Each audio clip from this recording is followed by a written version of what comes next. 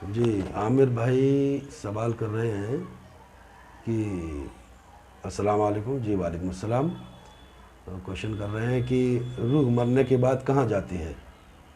اچھا ماشاء اللہ. دیکھیے سب سے پہلی بات تو یہ سمجھ لیں عامر بھائی کہ اللہ تعالیٰ فرماتا ہے کہ کل روح من امر ربی، کہ روح امر ربی ہے.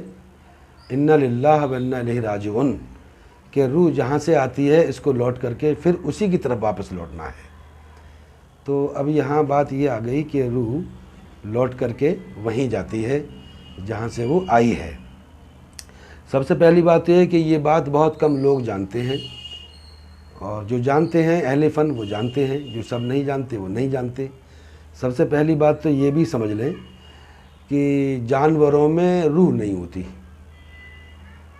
جانوروں میں روح نہیں ہوتی، اور یہ چلتے بھی ہیں پھرتے بھی ہیں، اور یہ لوگ ان سے محبت بھی کرتے ہیں جانوروں سے، اور جانور بھی لوگوں سے محبت کرتے ہیں. یہ تو بڑی عام بات ہے، ہم لوگ آپ دیکھتے بھی ہیں.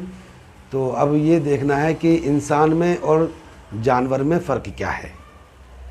تو سب سے پہلی بات تو یہ ہے کہ جو انسان کے اندر جو اللہ جل شانہ نے جو رکھا ہے وہ جانوروں میں نہیں رکھا، اور جو جانوروں میں ہے وہ انسان میں بھی موجود ہے. سب سے پہلی بات تو یہ ہے کہ جانور جو ہے وہ روح نباتات اور جواتات اور حیوانات کا مجموعہ ہے جانور، اور یہ ارضی ارواحیں کہلاتی ہیں.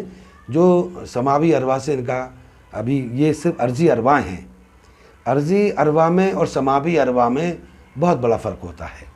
تو انسان کی جو سماوی ارواح ہے وہ اللہ کی طرف سے جب پیدا ہوتا ہے تب داخل کی جاتی ہیں، اور یہ ارضی ارواحیں جو ہیں یہ اس دنیا میں ہی داخل کر دی جاتی ہیں.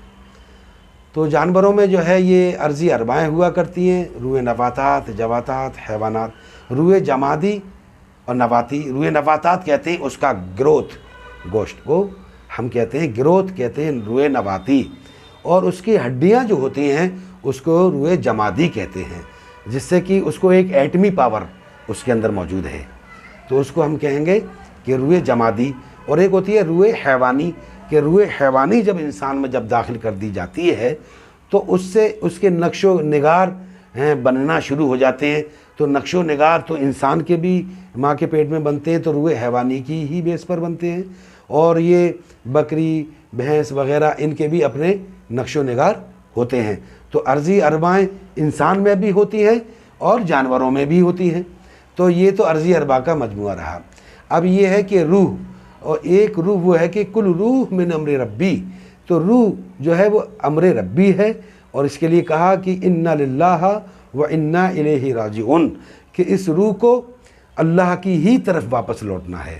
تو فرشتے جو ہیں اس روح کو رب کی بارگاہ میں ہی پیش کرتے ہیں. تو روح جو ہے وہ یہاں سے جانے میں تقریباً 72 گھنٹے لگتے ہیں، کہیے کہ 3 دن لگتے ہیں.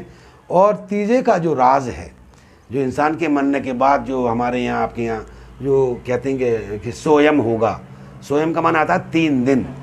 تو تیسرے دن جو ہمارے یہاں جو سویم ہوتا ہے، جو ہم لوگ چنے بھی لے لیتے ہیں اور اس پہ کلمہ طیبہ کا شمار کرتے ہیں، کلمہ طیبہ کا ایصال اس کے لیے کرتے ہیں ہم لوگ مرحوم کے لیے. تو یہ 3 دن سے نکلا ہے. تو معلوم یہ ہوا کہ ارواح بھی جانے میں 3 دن لگتے ہیں اللہ کی بارگاہ میں. تو اس سے یہ معلوم ہوا کہ اسی لیے اس کو سویم رکھا گیا. تو تیسرے دن جو ہے ہم لوگ جو ہے وہ سویم بھی کرتے ہیں. اب تو عوام الناس میں یہ ہے کہ آج ختم ہو گیا، انہوں نے صبح ہی کر دیا. اور کہیں کہیں یہ بھی دیکھا جا رہا ہے کہ لوگ جو ہیں دنیا میں ہی ابھی میت بھی رکھی ہے، ادھر اس کا سویم بھی کر رہے ہیں، مطلب تیجا بھی شروع ہو گیا. تو یہ 3 دن کے بعد جو بزرگوں نے رکھا ہے تو ارواح کا 3 دن میں اللہ کی بارگاہ میں حاضر کر دی جاتی ہے، اور وہ پھر ارواح دنیا میں واپس لوٹ کر کے نہیں آتی. تو یہ ہے.